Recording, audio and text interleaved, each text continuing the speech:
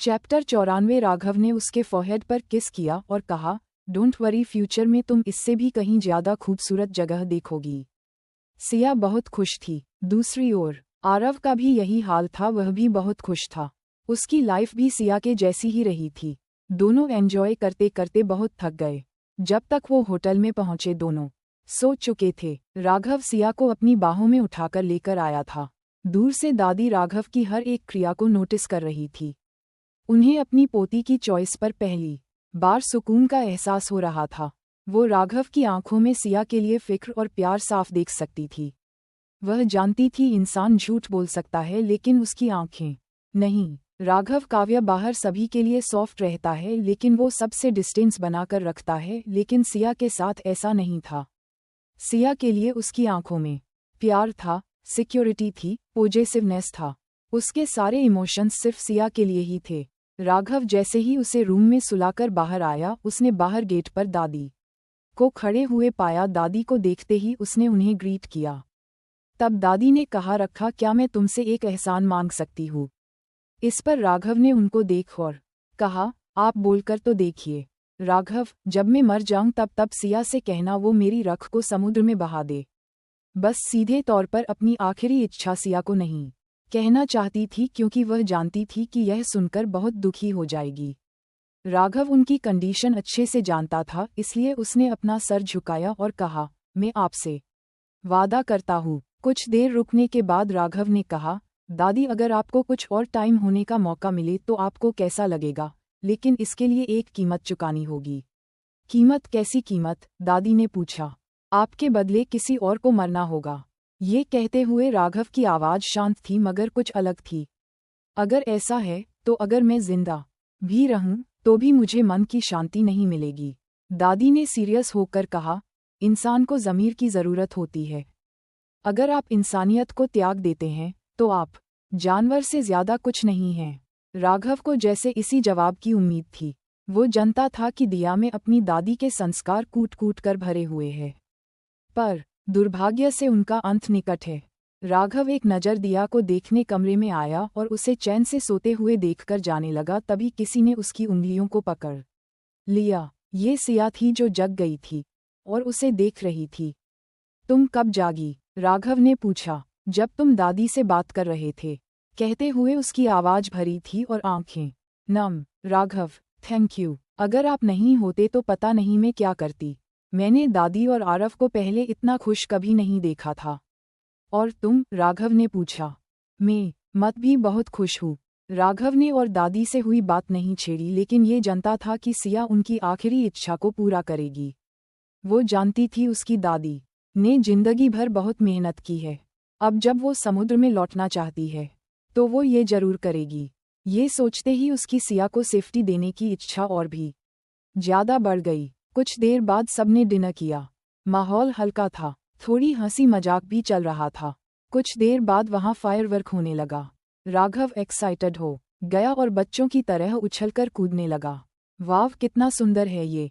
Firework वाकई में सुंदर था। इस शब्दों में बयां नहीं किया जा सकता।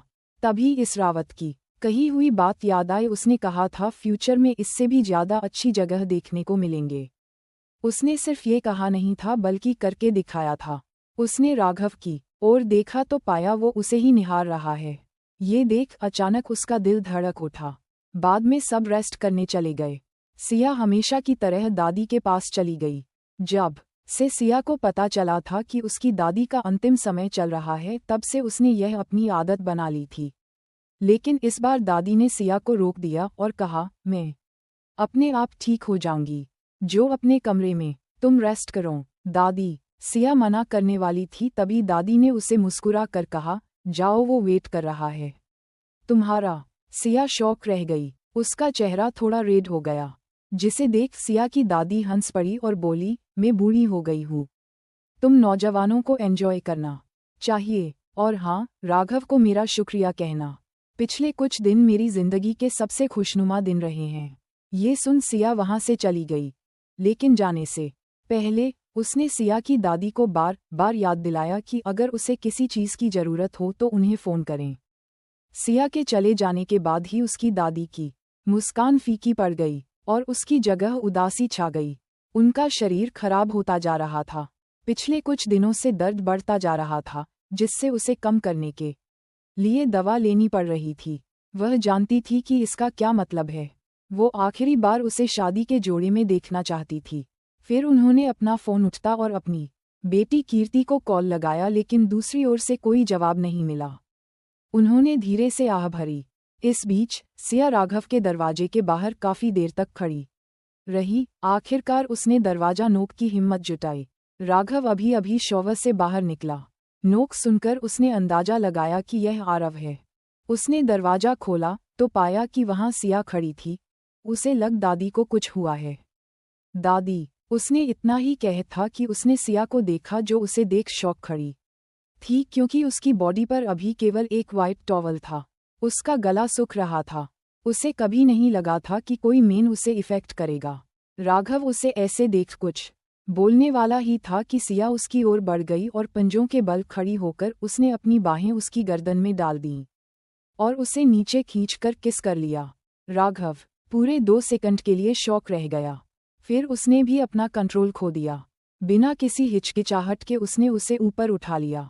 सिया छोटी नहीं थी, लेकिन उसकी तुलना में वह बहुत छोटी थी। ले जाने में बहुत आसान थी। बिना किसी प्रयास के वह कमरे में वापस आ गया और अपने पैर से दरवाजा बंद कर दिया। कुछ ही कदम चलने पर वह बेड पर था। उसने सियरा को बेड पर पटक दिया और फिर वह उसके ऊपर था। इस बार दोनों में से कोई भी पीछे नहीं हटा। वे आपस में उलझ गए, एक दूसरे में खो गए। राघव आक्रामक था। अगर यह पहले होता तो सियरा उसे धक्का देकर दूर कर देती, लेकिन इस बार उसने ऐसा नहीं किया। इस बार उसने भी उतने ही जोश से उसका जवाब दिया। एयर कंडीशनिंग चालू थी और तापमान ठंडा था, लेकिन कमरा कितना भी ठंडा क्यों न हो, उनके बीच की गर्मी को कंट्रोल नहीं कर सका। आप क्या कर रहे हैं? सिया ने ब्लैंकेट के नीचे से झांका। केवल उसकी आंखें ही दिखाई दे रही थीं। वह उसकी ओर देखने की हिम्मत नहीं कर सकी। पहली बार उसने राघव को सचमुच बेलगाम देखा था। वो डर के कारण ब्लैंकेट में छुप गई। हालांकि राघव ने उसे रिलैक्स फील करवाया, लेकिन राघव की हरकत देखकर उसने हार मान ली। तब राघव ने उसे घूर कर देखा। तब उसने कहा, मुझे दोष मत दो, गलती तुम्हारी थी। किसने कहा था पागल बनने के लिए? ये कहते हुए सिया बहुत मासूम लग रही थी, जिसे देखकर राघव खुद को मुस्कुराने से नहीं रोक सका और अगले ही पल उसकी नाराजगी मानो गायब ही हो गई। फिर उसने उसे अपनी बाहों में खींच लिया और उसके ब्लैंकेट में घुसकर बोला, अच्छा मेरी गलती थी। बताओ, आधी रात को मेरे कमरे में कौन आया? पहले तुमने खुद ही मुझे प्रवोक किया और अब तुम खुद पीछे हट रही हो। बोलते बोलते उसने उसके कान के निचले हिस्से पर काट लिया। उसे पहले कभी अंदाजा ही नहीं हुआ था कि सियरा ऐसी भी हो सकती है। अचानक उसने उसे सिया को बाहों में खींच लिया और उसकी आंखों पर हाथ रख दी और लाइट्स ऑफ कर दी। अगले दिन ब्रेकफास्ट के समय आरव सिया को देख रहा था। सिया ये देख अपने आप को देखने लगी, क्योंकि उसने आज खुद को फुल बाजू वाली हाई नेक पहना हुआ था ताकि उसे कुछ दिखाई न दे। फिर आरव उसे ऐसे क्यों देख रहा है? वो घबरा रही थी। तभी आरव ने पूछ लिया, सिया तुम इतनी कांप क्यों रही हो? ठीक तो हो ना? सिया शॉक रह गई। उसे समझ नहीं आ रहा था वो उसे क्या जवाब दे। फिर उसे राघव को देख जो उसे स्माइल दे रहा था, लेकिन सिया के घूरने पर उसने कंट्रोल किया और कहा, तुम्हारी सिस्टर ने कल तुम सब के सोने के बाद बहुत एंजॉय किया। कल रात उसने बीच पर बहुत रेत के महल बनाए और शीप कलेक्ट किया। ओह, आरव ने कहा, हालांकि उसे बहाना कुछ अटपटा लगा। वही सिया दादी को देखने की हिम्मत नहीं कर पा रही थी। आरव को शायद न पता हो कि सिया को क्या हुआ, लेकिन दादी तो सब जानती थी। सिया राघव पर नाराज हो गई। उसने ठान लिया अगले 2 दिन उससे बात भी नहीं करेगी। पर कहते हैं न, खुशियों ज्यादा दिन नहीं टिकती। नया साल आने को बस कुछ हो दिन रह गए थे और उनके वापस आने का टाइम भी आ गया था। हालांकि उनमें से कोई भी कहीं नहीं जाना चाहता था, स्पेशली सिया। वक्त रेत की तरह उसके हाथ से फिसल रहा था। हपीते पाल का मतलब था उसकी दादी के साथ समय कम होना। राघव भी उसकी कंडीशन समझ रहा था। उसने उसका हाथ दबाते हुए कहा, हम अगली बार फिर आएंगे। जिस पर दादी दीदी सर हिलाकर हाँ कहा। हालांकि वे सब जानते थे अगली बार ऐसा नहीं होगा, लेकिन किसी ने भी इसका जिक्र नहीं किया। दूसरी ओर मुंबई में एक वीक के लौट के बाद भी उसके लिए कुछ नहीं बदला था। सिया दादी की अधूरी इच्छा को पूरी करने के लिए कीर्ति को ढूंढने के लिए राघव से कहा। राघव को भी उसकी इन्फॉर्मेशन निकालने में ज्यादा टाइम नहीं लगा। उसे कीर्ति और मोहन मिल गए थे। दोनों पहले से भी बदतर हालत में थे। हालांकि उसने दादी से मिलवाने से पहले उन्हें दंड के कपड़े पहनने को दिए। फिर जैसे ही कीर्ति अंदर आई, उसकी आंखें चमक उठी। उसने दादी को देखते ही कहा, माँ। लेकिन सिया की ठंड नजरों को देखते हुए वह समझ गई कि सिया उस पर कोई दया नहीं दिखाएगी। अगर वह जिंदा रहना चाहती है तो उसकी एक आखिरी उम्मीद केवल उसकी माँ थी। हालांकि दादी कुछ नहीं बोली। उन्होंने कीर्ति को एक लंबे टाइम तक देखा। साफ सुथरे कपड़े पहनने के बावजूद वह अपना कष्टदायी जीवन छुपा सकी। वो पहले से और ज्यादा कमजोर लग रही थी। तभी दादी ने सिया की ओर देखा और कहा, सिया, मैं इसे अकेले में बात करना चाहती हूँ। जिस पर सिया ने सिर हिलाया और बाहर निकल गई। जैसे ही सिया बाहर गई तो दादी ने कीर्ति की ओर देखा और कहा, तुम्हें क्या हुआ है? तुम इस हालत में कैसे पहुंची? जिसे सुनकर कीर्ति ने रोना शुरू कर दिया और हाल ही के समय झोली गई कठिनाइयों के बारे में बताया। वह हमेशा से ही कमजोर थी। उसने हमेशा दूसरों का सहारा लिया था। वह बार बार रो रही थी और खुद को विक्टिम बना रही थी। हालांकि वह अपनी जिंदगी के आधे पड़ाव पर पहुंच चुकी थी, फिर भी वो अपने लिए कोई सहारा ढूंढ रही थी।